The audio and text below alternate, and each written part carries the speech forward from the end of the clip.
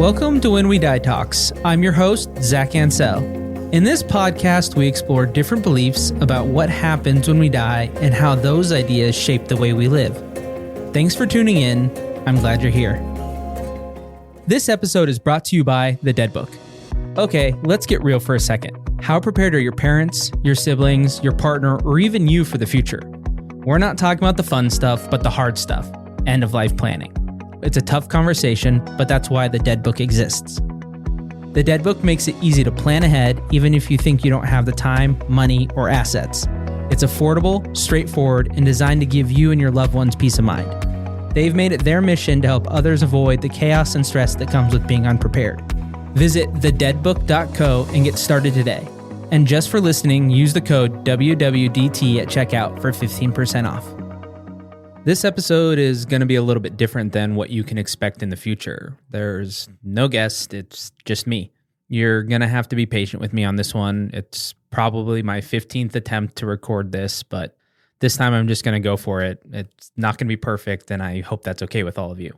I don't think I'm a particularly interesting guest for this show, but I do feel like it's important for me to share a little bit about myself to give context. About a week ago, I had an accident that led me to needing urgent surgery on my eye. I had torn and detached my retina, and since then, I haven't had the ability to do much. So I thought about the show a lot. As of this recording, the trailer should have been released this morning, and I'm finalizing details for episode 1, the first interview. But as I thought about it more, I realized there might be something missing. I think I need to share some of my story to give context to why I created this project, because I do get asked that a lot. When I first released this project about a year ago, I definitely got a lot of questions asking if I was okay and what was going on. People suspected that there was some specific incident that led to the creation of the project. There wasn't, and we'll get more into that in a minute, but since I haven't really fully shared why I'm doing this, I figured I should create an episode 0, a shorter episode to give you all a little more insight into me, your host.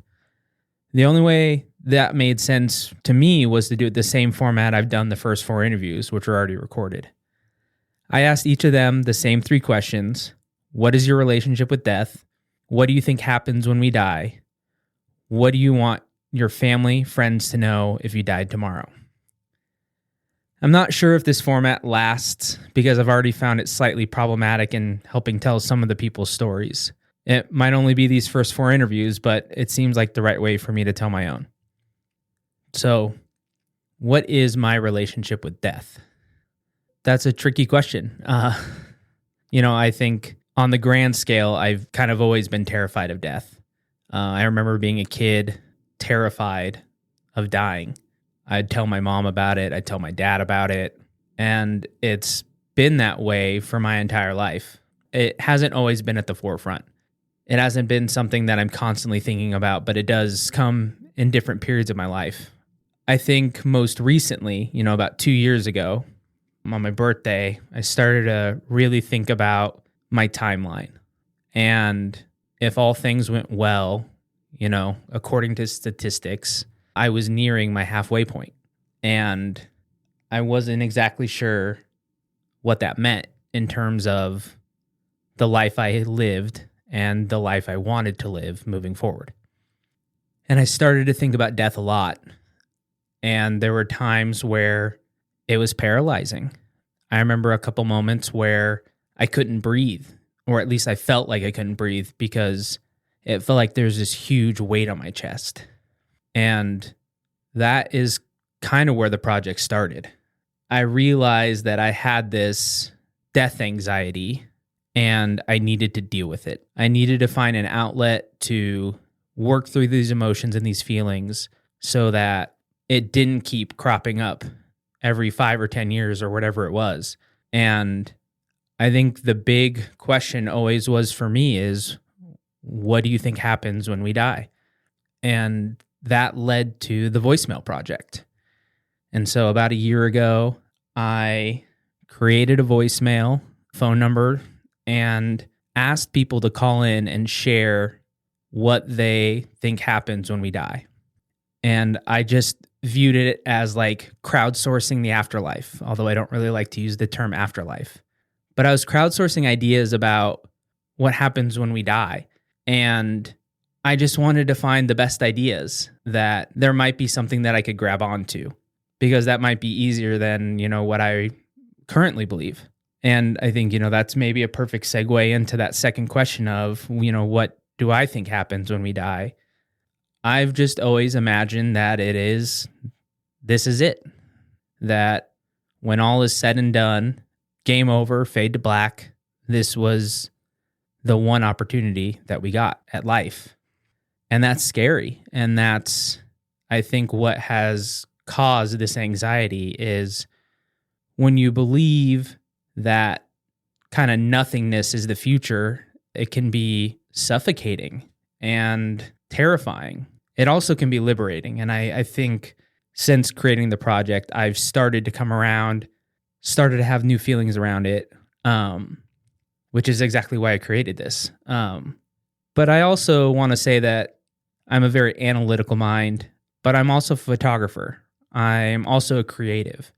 And so I do think there's a part of me that imagines that there's a little magic in this experience that we're all having, and that there might be something more. I don't necessarily believe in heaven, but I do think that there might be some sort of energy transfer. And I think this all kind of comes back to soul, consciousness, whatever you want to call it. But there is something there that is unique and special. And I think that's part of what I'm exploring. I think part of it is accepting, kind of the fade to black nothingness, coming to terms, if that's ultimately what I'm going to kind of believe in, I need to accept that and be okay with it in order not to be so stressed and anxious about death. But I also love hearing all these ideas about reincarnation. I don't know, there's just so many different beliefs about energy and what else could be happening in this experience. And so I'm really excited to learn more from all of you about what you think happens, because it's something that we'll know when we know, or we won't, but it's something that we can all theorize and talk about. And I just find that so fascinating. And I find it to be such a fun conversation. And that is what this is about. And I think that's why this project shifted from this social media kind of project where I was having people call in, leave voicemails, and I was creating these kind of video stories around those. But the missing piece for me was I wasn't getting to talk to people about death. I wasn't getting to resolve that piece of it. And I'm not getting rid of the voicemails. I still see that being a huge part of this project. But the podcast allows me to meet with a wide variety of people with a wide variety of beliefs and talk about death. The first batch of people, I told you I've already recorded 4, but I have 8 lined up. I have people with terminal diseases, terminal diagnoses. I have a death doula. I'm going to be talking to my father. Him and I have a lot of conversations around death. And it's just creating this means for me to talk through this anxiety. And I know I'm not the only one.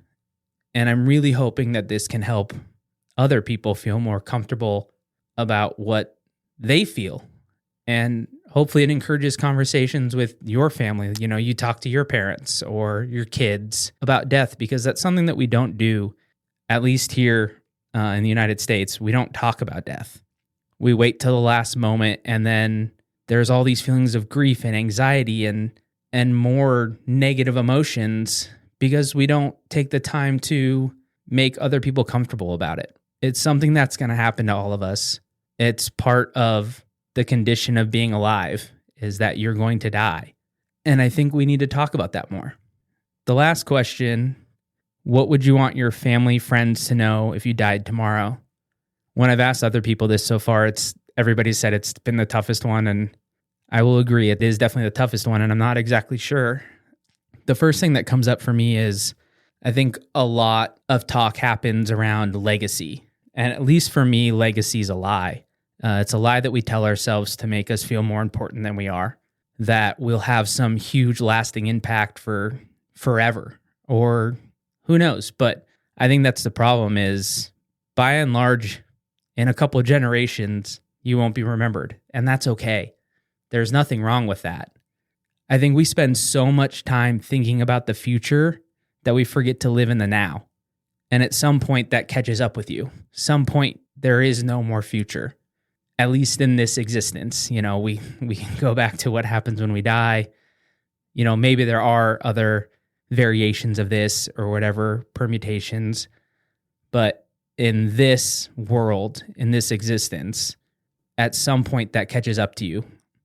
And so I think the biggest thing that I'd want my family and friends to know is live more intentionally today and find ways to be happy with where you are now, because chasing happiness just always results in unmet expectations and sadness. I think that's the big thing, is just live for today as much as you can. I know there's so many things. We have to plan for retirement and all these different things. We can't just drop everything and go on a vacation or live as if we were going to die tomorrow, but finding the balance between those things. And I'm not saying I have it figured out or I know how to do that, but I think that's something that I would push my friends and family to do. And then I think the other thing for me would be just, I don't want people to be sad that I'm gone. I want it to be more of a celebration. I want people to remember, you know, the good energy or positivity, or maybe not positivity. I think some of my friends just think I'm a complete pessimist, but just the smiles and the laughs that I brought to people. And that was worth it. You know, that was my existence, and that's okay. That is a really tough question though. And one maybe I'll ponder more and come back at a future time and chat more about. It's been an incredibly challenging year for me. There's been a lot of hurdles thrown in my way, and this eye surgery was the cherry on top. But this podcast and this project was the one thing that kept me going. It was something that gave me purpose and was an outlet in the hard times. I can't thank the people who have supported the project enough, the people who chatted with me about articles and books about death, the people I've interviewed so far, the people who called the voicemail. Every time I get a new message, I can't tell you how excited I get. Thank you all so much. That might be a perfect segue to call the voicemail. If you haven't, please share. The number is 971-328-0864. Share what you think happens when we die.